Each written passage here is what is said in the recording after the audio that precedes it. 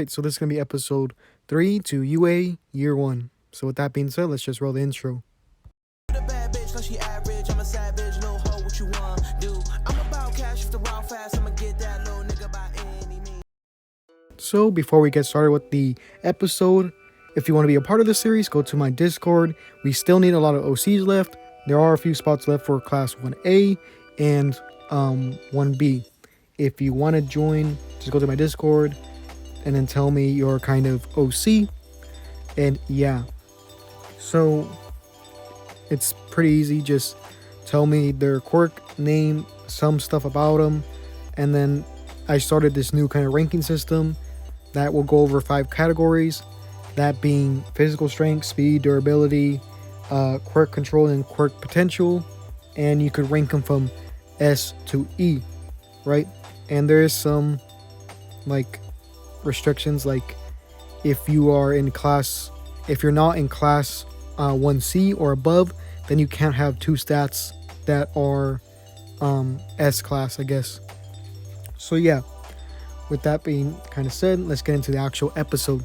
So the last episode, we just got to the part where it's Athena versus Apollo. So yeah, Athena and Apollo looked at each other, and then one broke the silence and began to speak, this being Athena. Athena said, "Apollo, I've known you gotten stronger, so I want to see it. I want to see how far you've gotten over these past few years." And this is when Apollo will respond, "Alright, I'll try not to hold back," right? As he would crack his, neck. As he would, do so, he would also dash forward, trying to kind of get this sneak attack, or not really sneak attack, but give her no time to react. He would use his claws to get extra reach and try to kind of do a piercing attack. This is when Athena would actually move to the side, and she would actually do a axe kick towards the back of Apollo. This would cause him to crash into the ground, creating a small crater. This is when Athena would notice that he's somewhat weaker than he was before, but she didn't really say anything. And this is when Apollo was thinking in his head, like, what's happening, right? I guess those fights, got a bigger toll on me than I thought. My claws should have been, larger, right? And this is due to the fact that Hannah, in the last fight that he was in, was actually use her quirk to actually debuff it a bit. All right. So after this, Apollo would get himself up, kind of wiping the kind of blood from his the small bits of blood off his face because of how hard he hit the ground with that axe kick. And this is when he would say like, "Athena, you're just as strong as I remember." And this is when Athena would say, "No, you're wrong about that. I've actually gotten a lot stronger. So it doesn't look like you're gonna win this. Those fights took too much of a toll on you, and I'm just as, I have no scratch on me due to Hero giving me so much energy. So you're not gonna win this, Apollo." So Apollo's like, "That might be true, but I'm not gonna go down without a fight." And this is when he would kind of crack his knuckles and begin to kind of rush towards he began to rush towards Athena, and so would Athena to him. So this is when they would start doing some kind of punch barrages towards each other, kind of like how the fight against Nomu was. And both of them would be hitting each other very fast and doing some small scrapes on the side of their faces and bodies. So it's about even at this point, but physically, Athena's a lot stronger. I'll put the stats up for both Apollo and Athena, and yeah, I'll have them up on the screen, and you could basically see that they're kind of similar, but in some aspects they're like stronger in some certain areas than others. So at this point, Athena starts pushing back Apollo a bit. So Apollo thinks of one thing he could do, right? He starts making kind of spikes on the end of his kind of knuckles so that he could have more damage in his punches. So he starts doing this, right? And Athena would basically say like, that's not gonna work on me. And as he's like starts to punch more and more, they start to slowly start chipping and become dull. And this is when Apollo realizes what Hannah did, right? Because she didn't like hit him normally, right? She would have hit the pressure or the energy spots, right? Somewhat how some martial artists would hit pressure points. So he connects the two dots together and thinks that his quirk has gone weaker. Combine that with the fact that he's been in so many fights, he feels a lot weaker than he would be. So he has to think of something fast. So what he does is that he grabs onto both of the wrists of Athena and actually creates a pull from his chest extending outwards, and this actually hits her in the face. So after this is done, this is when she actually stumbles back a bit, and she actually covers her face a bit because it looks like she was hit pretty hard. So after this is done, they'd be a few kind of feet away from each other. So Apollo activates his quirk again and creates kind of wheels on the bottom of his feet to create something like skates. So he would use this kind of momentum to push himself forward, and he would just get on faster and faster. And right when he would get to Athena, he would spin and he would try to do a axe kick, just how Athena did to him. But Athena was actually ready for this. So Athena kind of uncovers her face and she's actually smiling because she was baiting in Apollo. So what she does is she grabs onto Apollo's face, and as she's slamming down into the ground, she actually activates her quirk, blasting Apollo at the same time, putting more force into it and slamming him into the ground, creating this kind of large crater. And with this, Apollo actually gets knocked out and she is declared the winner and the representative, while Apollo is the vice representative. After this, Apollo would wake up and he would see someone in front of him. It was a man with green hair and these glowing green kind of hands, right? And he would be kind of in a daze and be like, what's happening? And this is when the person would start talking, and this is actually Derek. He would basically say, your name's Apollo, right? Well, I'm Derek. And to, keep it short, you basically lost. And he's like, oh, I lost against Athena, right? Yeah, that's her name, right? Or at least that's what Derek would say. Derek would be like, that's her name, right? Then yeah, you did. So this is when Apollo would be like, oh, that figures. And this is when Derek would like, oh, you seem pretty close with her. Do you know each other?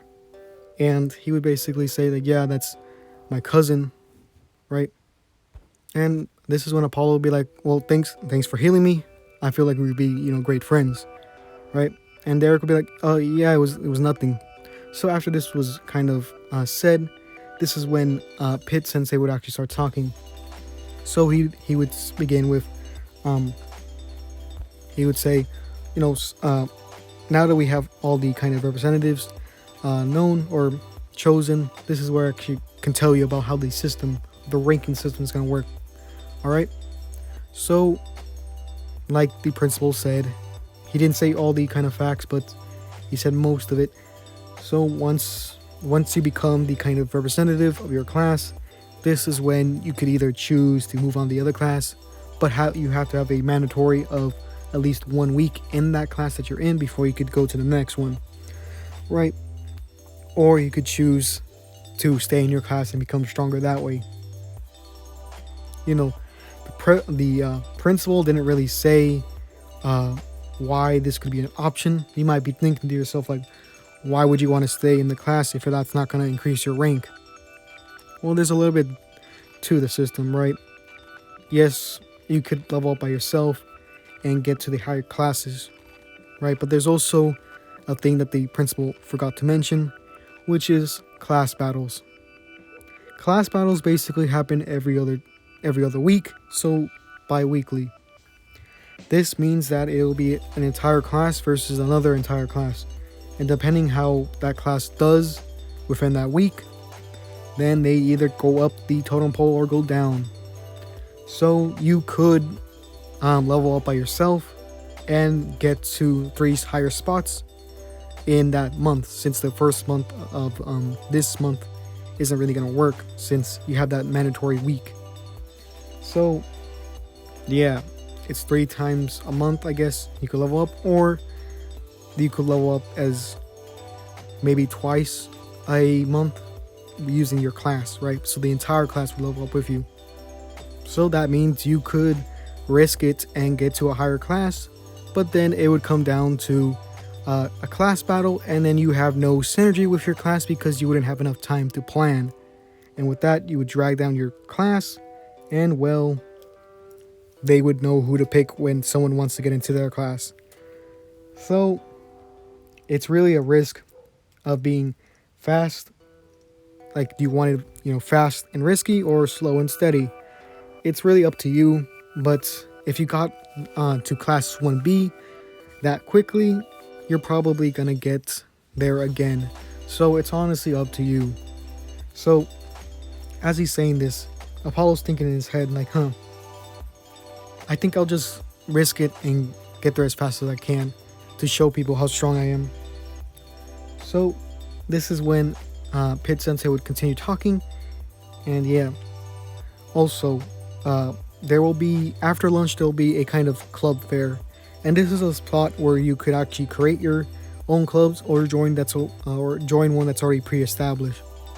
So yeah, so this gives Apollo an idea, and he tells Athena, hey, I got a great idea for this, but let's talk about this over lunch, right?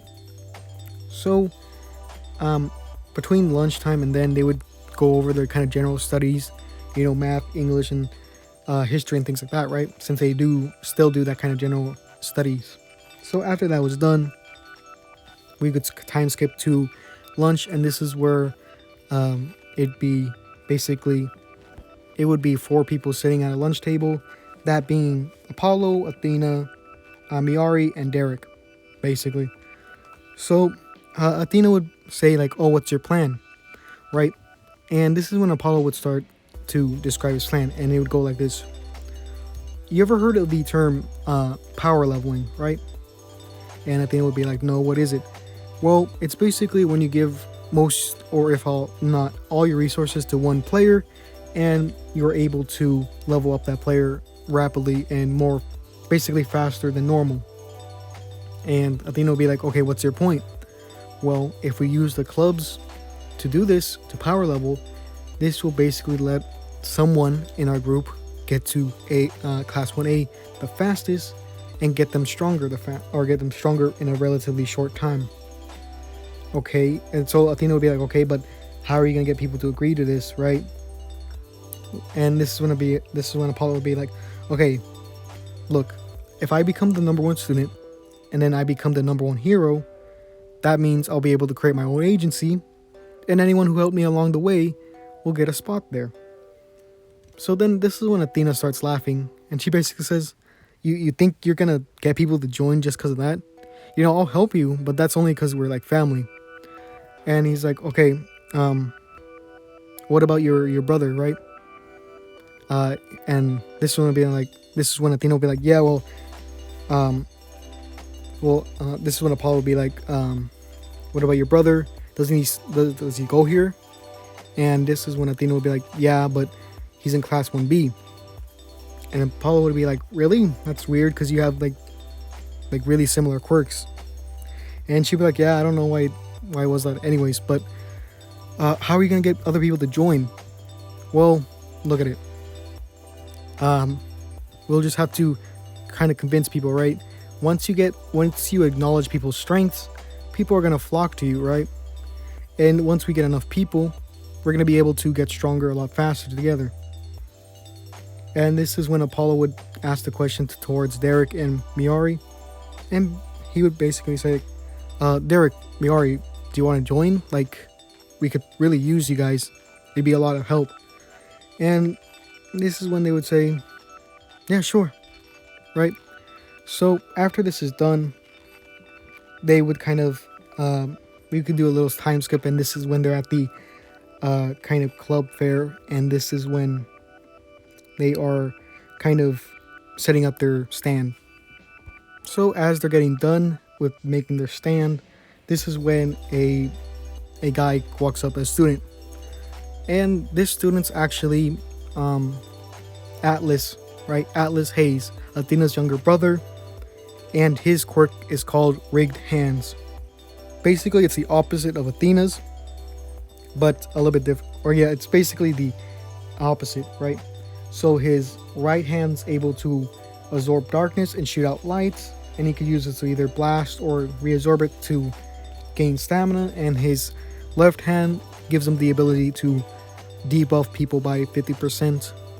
Given, and there's also, he could have 5 targets up to, so it's the exact opposite of Athena's quirk. So yeah, so they would just get done they would just get done finishing the stand, and this is when Atlas would walk up and be like, "Hey Athena, you told me to come here, right?"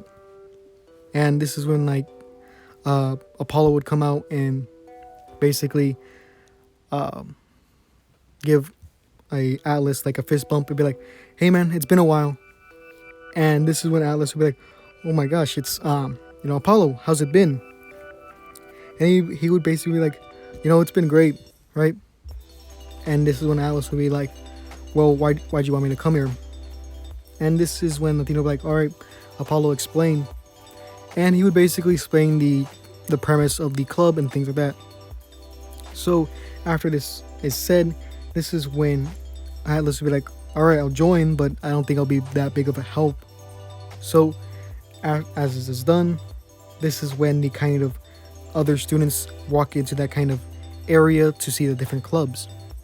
So Apollo would get on top of the stand and basically be shouting to the students, to the entire kind of students that are there. He'd basically be saying, "Do you feel like your rank is not what it should be? Do you want to get stronger? Right? We can do this together if we try, right? So join the power leveling club if you feel like you are misrepresented in this kind of system that UA has. Because I know that everyone has the potential to grow, and everyone can be stronger than they are now. So if you really want to, give it all, then join the power leveling club, and we could make it to the top." And this is when a student actually walks by as he's hearing this, and he walks towards the group, right? And he kind of has his hand on the back of his neck, and he looks like he's very tired. And then he begins to speak. He begins to speak in this kind of soft kind of voice, right? And this student's actually called Sukoto Yui. And he's one of the students in class 1E, or not 1E, one of the students in class 1A, and his quirk is iron manipulation. Or yeah, he's basically able to control any form of iron. So yeah, so as he's hears this and he walks up to the group with his hand on his neck, he begins to speak. He says, "Oh my gosh, you're really saying this? That's just a load of trash, right? Not everyone could get stronger if they wanted to. I could tell just by looking at you that you had the talent and the willpower to get stronger, but not everyone's like that. Alright, so don't sell them false hope. Not everyone, they will reach a point where they cannot get stronger anymore, right? And I'll tell you this once, Class 1A is in a different league, a whole different level from everyone else here, alright? So you can't just tell people that could become stronger whenever they want. That's dangerous. You're selling them a false idea, a false promise. They will hit a wall one day, and they'll only be looking at you for answers which you cannot give." And this is when he starts to walk away. And this is when Apollo just yells back at him and says, "Well, maybe they will reach a wall one day, and maybe they can't get as strong as they want to, but it doesn't mean that everyone is like that. It doesn't mean that they can't get stronger collectively, right? I'll be the fruit of their labor, right? I'll be the one who gets to the top. I'll be the one who gets number 1 status as a hero and as a student. And I'll remember each person who helps me get there. When I become a number 1 hero, I'll create an agency, and everyone who helped me along the way will get a spot there. I'll recognize their strength, like the classes and how the school doesn't. Right? This is when Sokoto basically looks back at Apollo and basically says, well, if you really think that way, don't get, I won't say I didn't warn you, right? Because you might break a few dreams along the way when you get to the top. So as he's walking away, this is when, a teacher was actually hearing this, and this was actually Pit Sensei. So he would go up to Apollo and basically say, wow, Apollo, that was such a great speech. I could see that you're very determined to get stronger. I'll tell you what, I'll be your club advisor, right? Since you do need that. And Apollo will be like, oh yeah, sure. All right, I'm very grateful that you're the advisor now. So after that was done, this is when more students would actually come towards the desk and start signing to be part of the club. A few that could actually get in, or I'll tell you that are in, will be Ryu Mead, and this is the person with the freeze ability, with the 3 times the gravity, or 3 times the weight, basically. So yeah, he would get in, as well as someone named Yami. I believe that's how you pronounce her name, Yami, or Ayami. Basically, she is the sister to Sokoto. So she would kind of walk up to the desk or the stand and basically ask to join, but she'd be kind of quiet and reserved. And her quirk is, I forgot the name of the quirk. I'll put it on screen if it has a name. But basically, she's able to create a area of silence, so no sound will be in that area, and she's part of the support class. So yeah, I'm gonna end it here, and in the next episode we'll go over some other stuff, right? I'm not gonna spoil it.